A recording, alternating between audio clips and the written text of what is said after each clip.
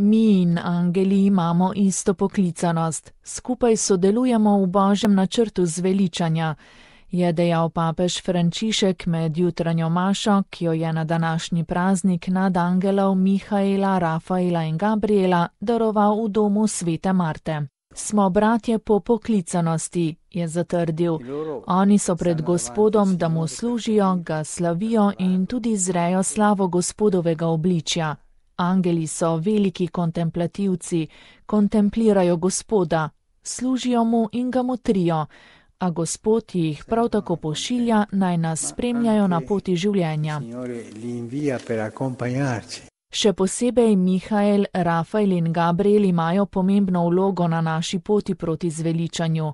Mihael je tisti, ki se bojuje proti hudiču, z velikim zmajem, starodavno kačo, ki nadleguje naše življenje in zapeljuje vso zemljo, kakor je zapeljala naša mater Evo s prepričljivimi trditvami: Daj, jej ta sadež, dober je, spoznala boš mnogo stvari.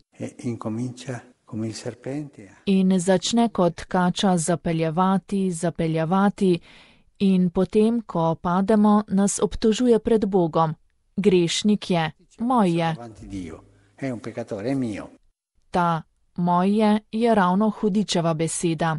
Premaga nas z zapeljevanjem in potem nas obtožuje pred Bogom.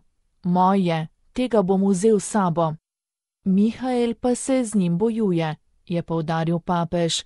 Gospod ga prosi, naj se bojuje.